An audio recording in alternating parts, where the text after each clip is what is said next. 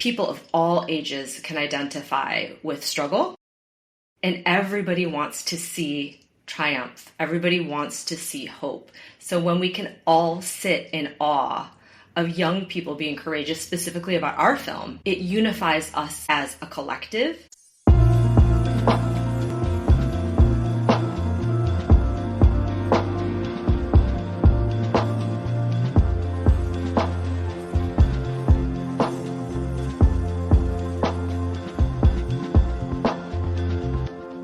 Well, hey, welcome back to the Amanda Kaufman Show. And I'm so excited about this episode because how I met Dana was very synchronistic. So Dana Christian Lee is a devoted mom to William and Grace and a longtime educator with more than 25 years of experience.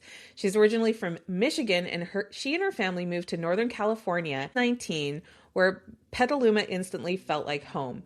With degrees in education, certifications in yoga and mindfulness, Dana blends heart, presence, and well-being into every space that she leads.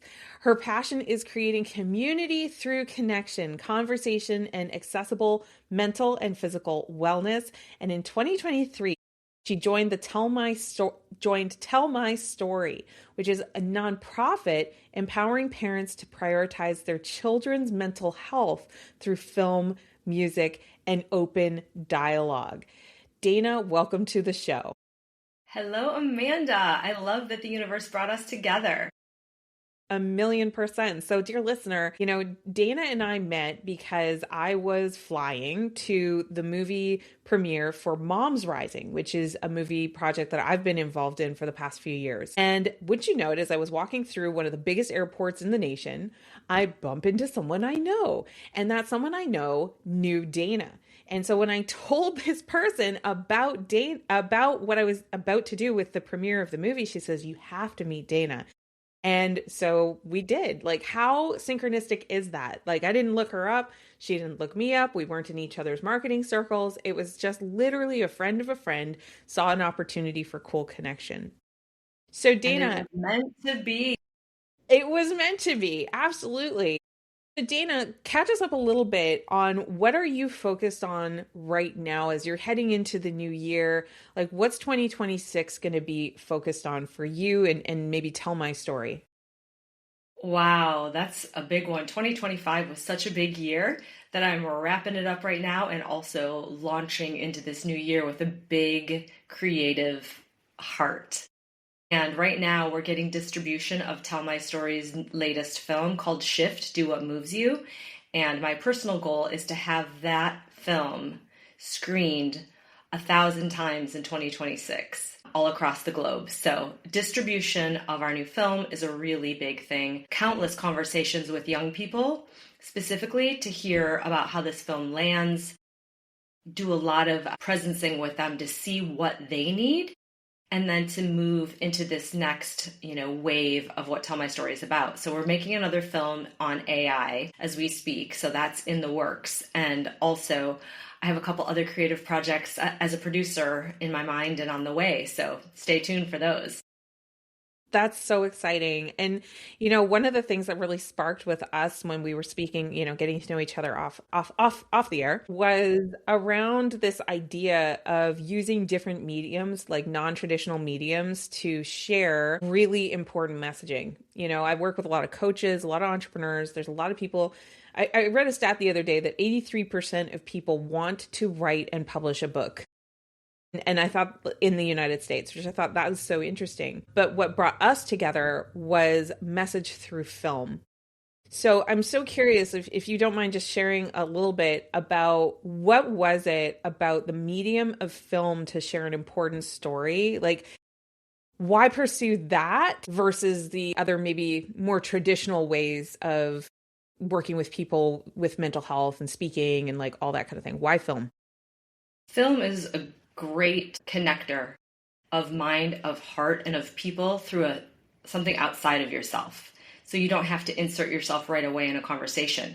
You can feel yourself in a story of another person and identify, oh, yeah, I feel like that. Oh, yeah, that resonates. Oh, that doesn't resonate. So I think the connection to what a film does, particularly with our young people telling their stories, people of all ages can identify with struggle, and everybody wants to see triumph. Everybody wants to see hope. So when we can all sit in awe of young people being courageous, specifically about our film, it unifies us as a collective, cheering these young people on, and then also asking ourselves, what do I love? What moves me?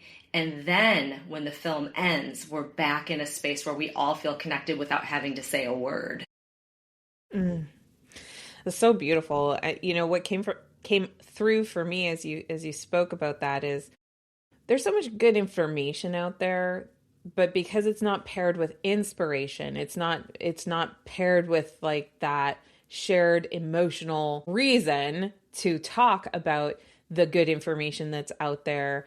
I can see how it doesn't really land. And especially in our current circumstances in 2026, when I look at social content, for example, and I'm definitely one of these creators, but a lot of social content is very casually produced. It's not.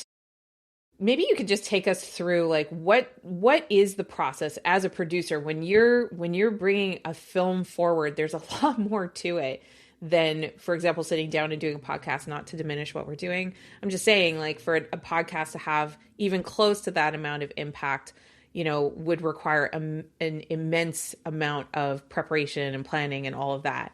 So with film, what do you keep in mind as a producer to make it a successful, inspirational experience? For myself, I focus on my life as an experiment, right? Like I watch myself in situations, which then leads me to hold a space of presence with other people, to be able to engage with their emotional landscape, if you will, energetics, in observation, and then deep conversation. So I talk to a lot of people, I talk to a lot of groups, a lot of young people, and I feel their need first.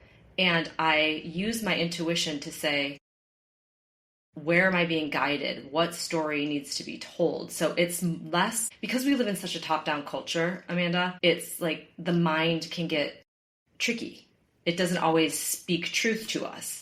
Most of the time, it doesn't necessarily speak truth. So for me as a producer, and as a mom and as a woman especially, like I listen to my heart. And so I feel deeply, like in having all these conversations with our first film, What I Wish My Parents Knew, important conversations, but they were difficult. And I could tell that people wanted to feel hopeful. So in every conversation, that's what I wove together, was a feeling. And then from that feeling, I asked myself, what do I want people to experience?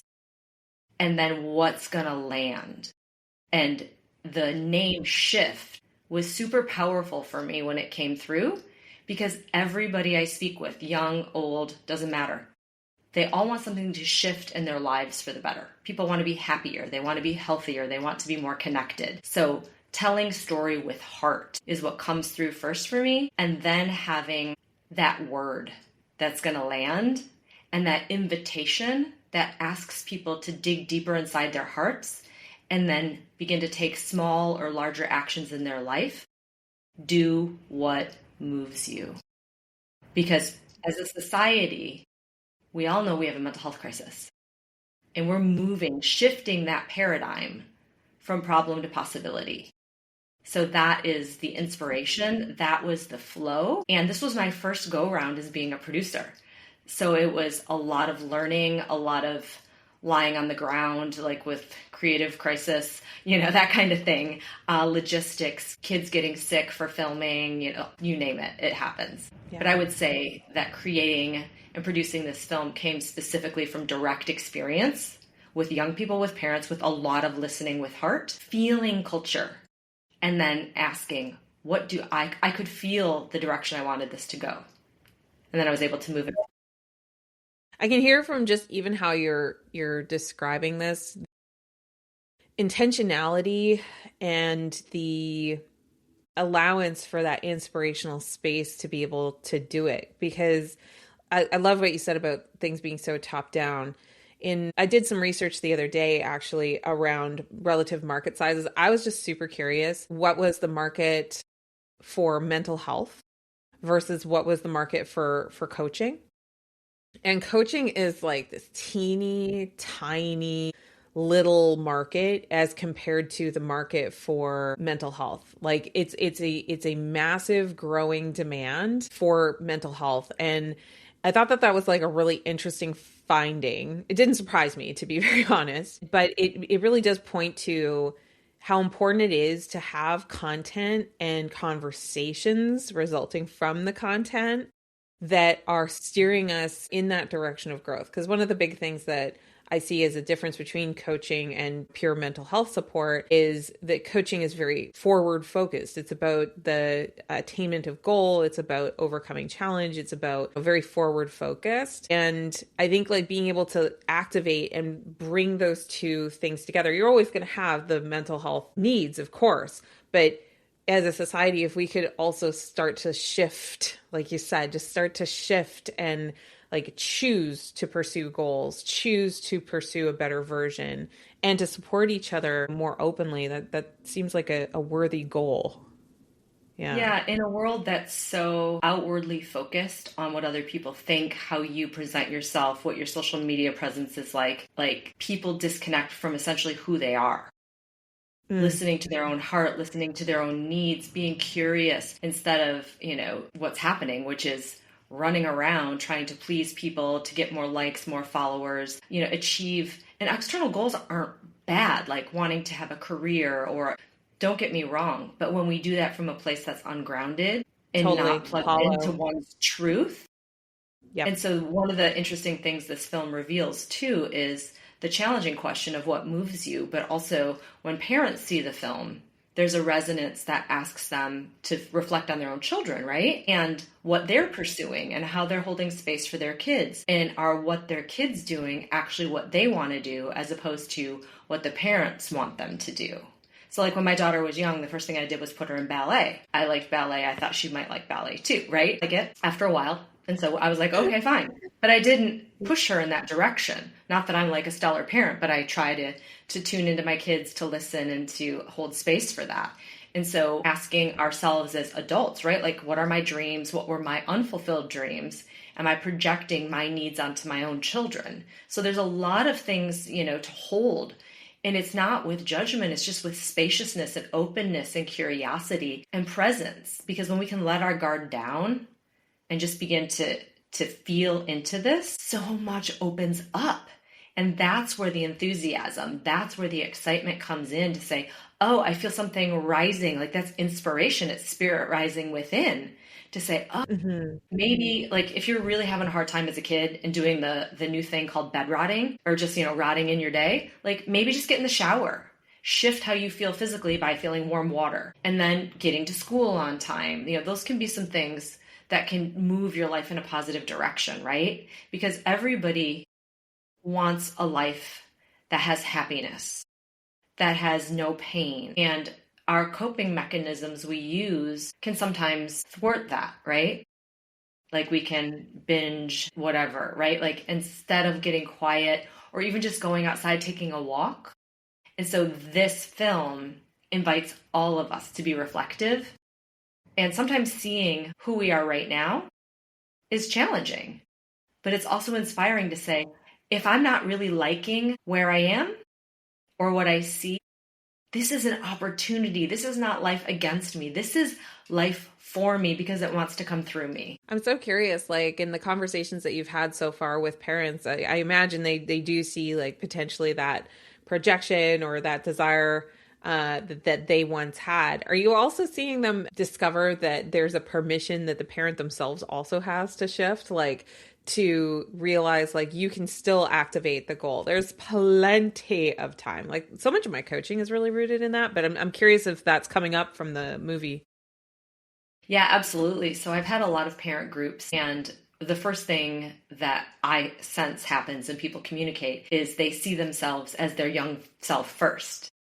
Because when I'm specifically leading, I ask people to remember a time when they were young where they were doing something where they lost track of time. that they really loved? Where were you? What did it feel like?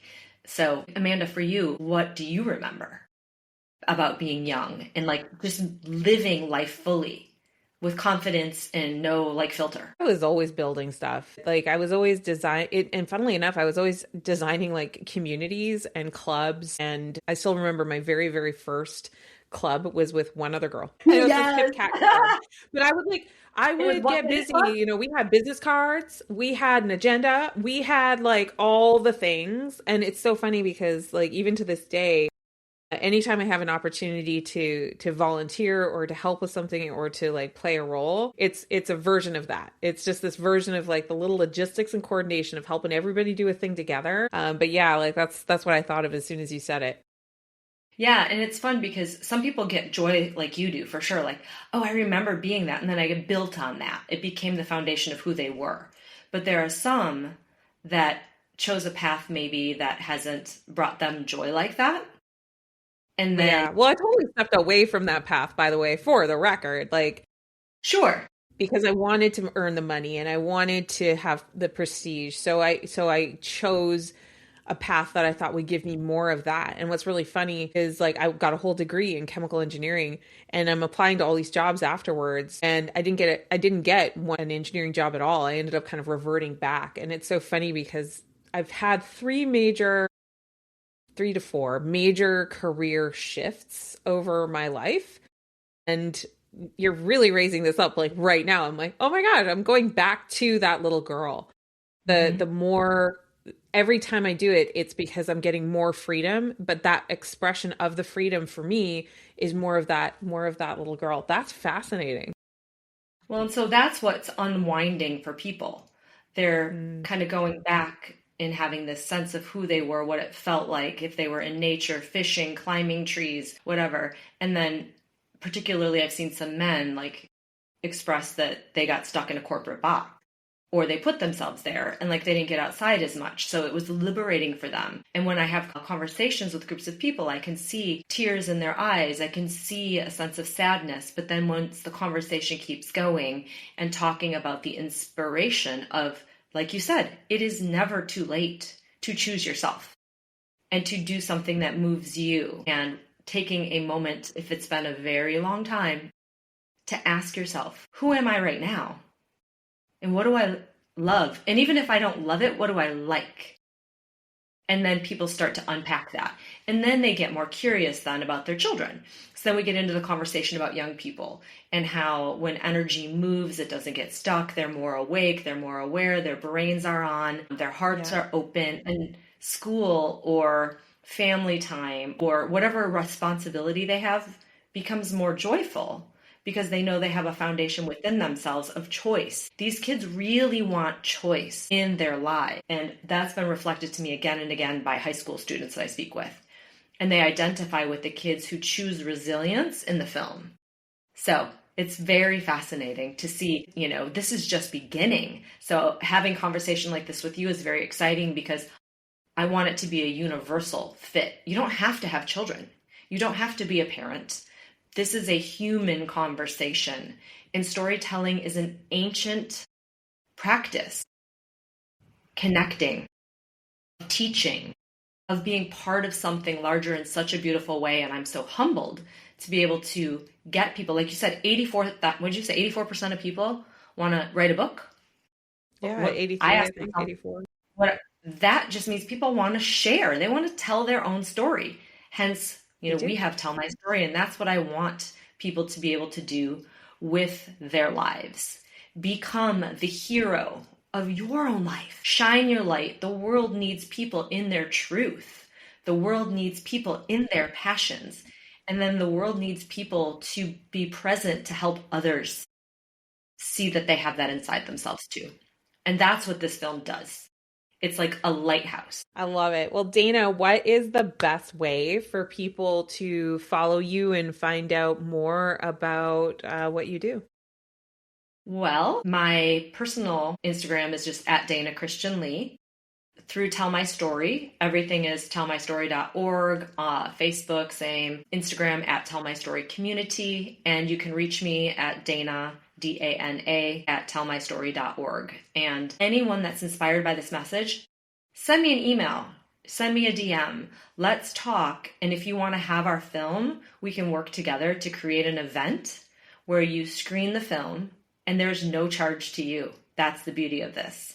And then have a dialogue after around what moves you, whether it's your school for your kids, a business that you run, a community organization that you're part of. This is the raw material that can fit almost any place. Love it. Well, thank you so much for being here today. I really appreciate your time. It's so nice to be here. I feel like I know you, and we've only met once, and this is so beautiful. This is the power of technology for good. A million percent. I feel exactly the same way. And dear listener, if you found this fascinating and you want to share it with 3 of your friends, don't forget to grab the link and send it on to them through however you guys like to chat, whether it's over DM or text. And if you haven't already, make sure you smash the subscribe button so you don't miss another interview. And we are going to be back very, very soon. And in the meantime, if you've listened to a few episodes of the show and you just think we're awesome and you want to support us, one of the most incredible things you can do takes about 2 minutes. And that is, of course, to leave an honest review. So those reviews, they really help people to decide whether they want to spend time with us. And of course, we are immensely grateful for your support. Thank you so much for being here, and we will see you in another episode. Thank you.